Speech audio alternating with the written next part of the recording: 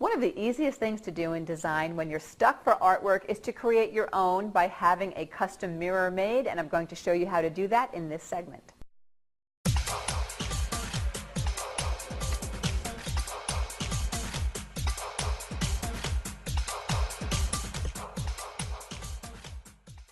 So one of the easiest things to do is to have a custom mirror made, and one of the things that you'll love about that is that you can control the size and the shape.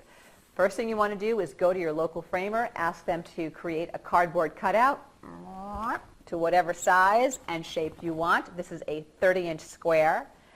You'll hold it up on your wall, make sure it's the exact size and shape you want. If you want something a little smaller, get out the Sharpie pen and start making some changes. Or if you want to make it a little bit larger, start taping some paper to it. But the really great part is that then you start to play with frames, and you get to choose what frame you want to add to your template. Now here's the kicker. You need to make sure that you tell your framer the outside finished length and the outside finished width for your mirror, because a lot of framers speak in terms of length and width for the interior mirror. You want to know what the outside width is once you affix your frame.